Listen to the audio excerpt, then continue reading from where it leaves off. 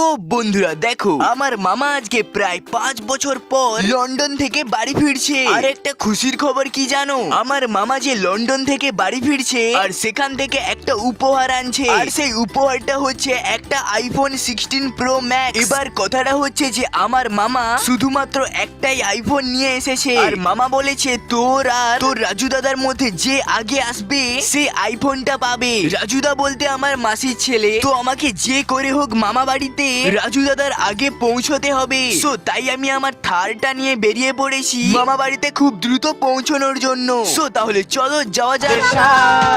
सपने सजाना हंसना हंसा আরে আরে গাড়িটা স্টার্ট নিচ্ছে না কেন? ও সেট, আমি এবার মামা বাড়িতে কিভাবে আগে পৌঁছবো, তাও আবার রাজুদার আগে? আমাকে তো আইফোনটা নিতে হলে আগে পৌঁছতে হবে, কিন্তু আমার তো গাড়ি খারাপ হয়ে গিয়েছে। এক সেকেন্ড, আইডিয়া, এই তো একটা কুকুর। আরে পরের পার্ট দেখতে হলে সাবস্ক্রাইব করো।